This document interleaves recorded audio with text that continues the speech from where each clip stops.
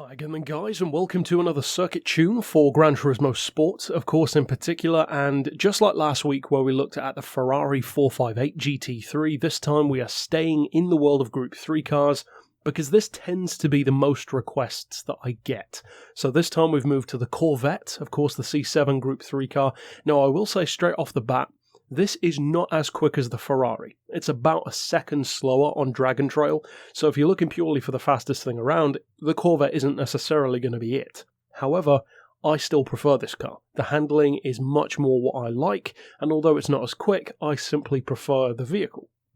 But at the same time, I'm also the kind of guy who drives the Pajamas in Gran Turismo 6 instead of other prototypes, so of course take that with a grain of salt. Now as far as the tuning goes, I said last time that you can use these BOP, or in other words balance of performance friendly tunes, in any circumstance where that can apply. So in other words, any lobby or any race where you can tune the settings of the car, like the suspension and the diff, but you cannot upgrade the power or the weight.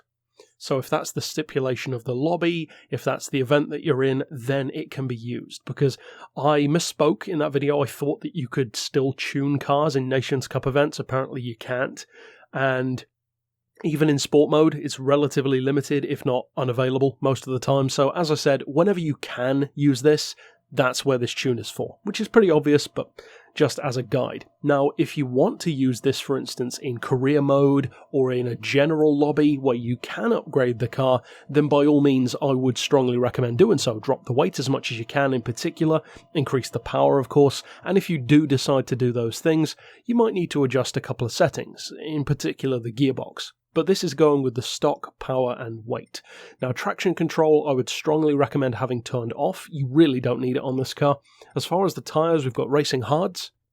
Of course, I've gone into the reasons why before. If you build a car on sports tyres, then it might only be good on sports tyres, and then if you have to use hards, it could completely mess it up. Whereas if you build a car to use, in effect, the worst tyres of the three, and then go to sports or mediums instead, it will be even better. So it doesn't work both ways. This is why I use hards. Now, as far as the suspension, we've got the ride height 5mm higher than the lowest on the front and the back, so 60mm and 70mm respectively. 3.10 for the frequency on the springs, for again the front and the back. Anti-roll we've got on 6. It's pretty stiff. The handling on this car is fairly stiff, so you could drop that maybe a little bit if you want to, on the front in particular. But be careful, of course, how far you go. For the compression on the dampers, we've got 57, 86 on the rebound. Now, as far as the camber, of course, most of my tunes are designed for handling in particular, and also to make the car pretty low stress to drive. In other words, to make them as easy to drive as possible so that pros and beginners can both use them.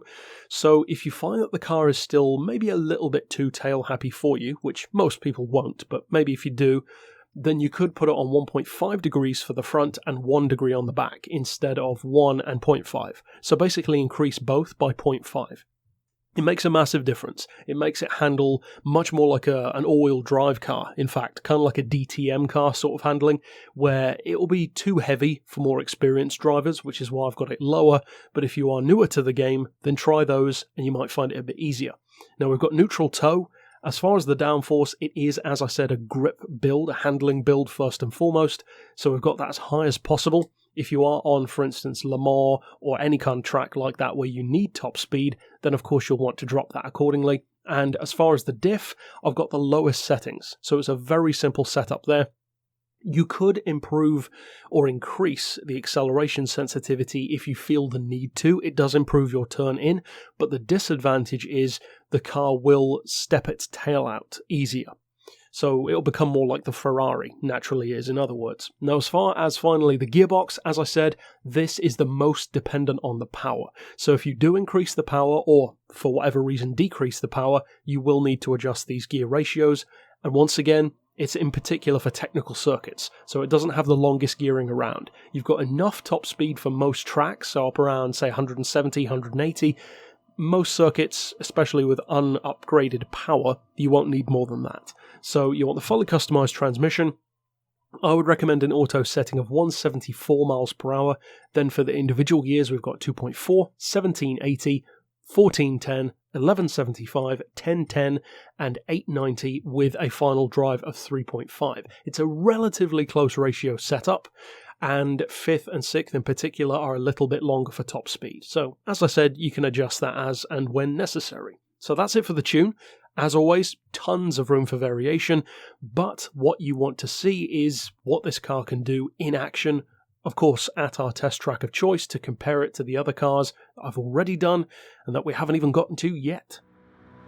Now, as far as lap time goes, this car, as I said, is not as quick as the Ferrari, and it's the kind of car where I would recommend it more so for fans of the vehicle. It's not that it's slow, but the fact that it's already slower than the Ferrari shows it's not the best thing around. Now, the Ferrari could be the best thing out there. I doubt that, but let's say it was. That would mean that if you're looking purely to win, I would have to recommend the Ferrari over this. However, I definitely prefer this car. I prefer the way it looks, the way it sounds, I prefer Corvette overall, and as far as the handling, it just suits me more. It's much heavier, but in a good way, and you'll understand if you try the tune, you'll see what I mean. It actually handles much more like a touring car than a GT3 car, or like a DTM car, as I said earlier. Sometimes the handling might be too heavy for some people, which is why I said you can adjust the camber in particular and the diff as a secondary thing to that. But overall, you're looking at under 140 with stock power, stock weight, and racing hards.